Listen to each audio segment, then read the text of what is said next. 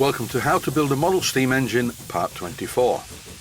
In the previous episode, I made one of the cylinder mounting brackets.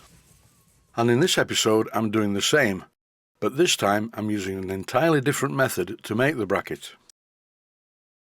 In the previous episode, I wanted to show the simplest method of making one of these brackets, which was to drill a lot of holes, break out the centre and file it to size. Then I used a small drum sander to get a good finish on the inside radius. On this first bracket that I made, everything was going well until right at the end I rounded a part I shouldn't have rounded. The outside edges of the mounting lugs. I couldn't live with this, so I'm scrapping this part and I'm going to make another one. Actually, I'm making two, but for the purpose of the video I'm just going to show the manufacture of one.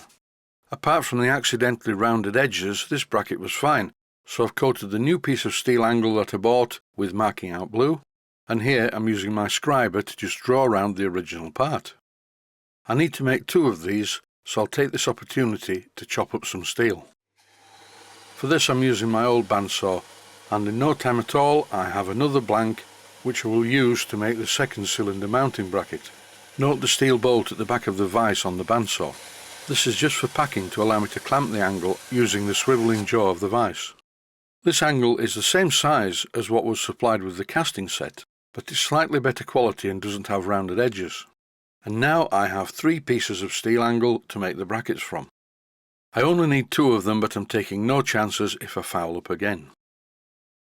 This is a 1/2 inch diameter R8 collet for my milling machine, and I'm fitting this special cutter. Why use a special cutter? Well, it just happens to be 1 inch in diameter. I think this is a dovetail cutter, used for cutting slots in milling tables if you're making your own. But thankfully I'm not having to do that. As I do not own a 1 inch diameter end mill, this will be sufficient to machine the pieces of angle. Although in this video, as I mentioned earlier, I'm only going to be making one of them. You'll see the finishing off part of this job in the next video. This video just covers the machining of the basic shape. Here I'm firmly clamping the piece of angle in the machine vise. Note the packing underneath. This is to stop the milling cutter from damaging the jaws of the machine vise.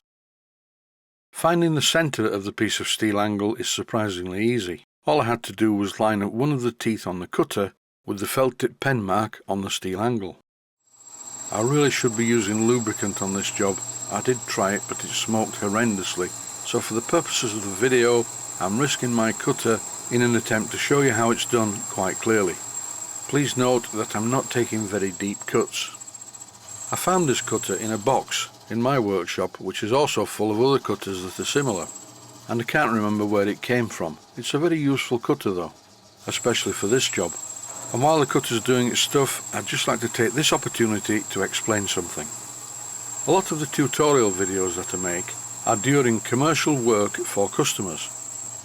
Because yes, dear viewers, I do this for a living, but I can't just make videos of me working on my own things. Just like most people, I have bills to pay, and working on my own things, the revenue that I receive for making these videos would definitely not pay all the bills. This series called How to Build a Model Steam Engine is definitely a labour of love. I bought the casting set from Stuart Models at full retail price. I have no connection with Stuart Models in the same way that I have no connection either with Blackgates Engineering. In my videos I mention both companies frequently and of course Barco Spanners, but I do not receive any sponsorship from Stuart Models, Blackgates Engineering or Barco Spanners. And that way I'm not tied to saying good things if they're not good.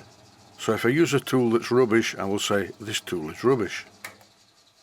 The reason for this ramble is really to explain why the series seems to stop periodically. And the main reason is it's a labour of love. I'm making the engine for me, so I can modify it and take liberties with the design. And now, just like it shows on the drawing, I have a 1/2 inch radius in the piece of steel angle, which I am now cleaning up with the aid of a needle file. On the left is the bracket I made in the last video, and on the right is the embryo bracket that I'm going to machine a bit more.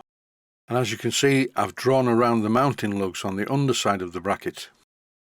This is another of my R8 collets, and this is to take a 1/4 inch diameter cutter. For this job I should use a slot drill, which has two cutting teeth. but instead I'm using a 1/4 inch diameter end mill, which is less brutal. In this clip I'm just milling a slot in the piece of angle. And please note that at either end I'm not going all the way to the lines. I will only mill up to the marked lines once I've taken out the centre of this piece of metal. There are different ways I could have done this. I suppose I could have used my bandsaw. But instead I'm using a milling cutter just to show alternative ways of doing things. Usual health and safety warning, you must wear eye protection when doing jobs like this. If this cutter was to break, the broken part would probably fly across the workshop at an alarming speed. So taking suitable precautions, particularly in the way of eye protection, is just common sense. After I removed the centre of the piece of steel angle, I very carefully followed the line all the way around the edges. This is a critical part of the job and it's very easy to go wrong. A recommendation is to take a very fine cut, then just in case you do go wrong, the resultant error will not be too bad. Once the job had been finished, I removed it from the milling machine and cleaned up the sharp edges using a needle file. In this clip, I'm holding the part onto the bed.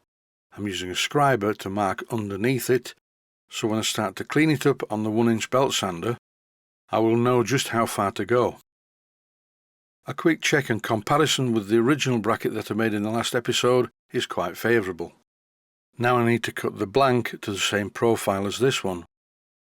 And this time I will be extra specially careful not to make a mess of the job on the final operation. This is where the job went wrong in the last episode.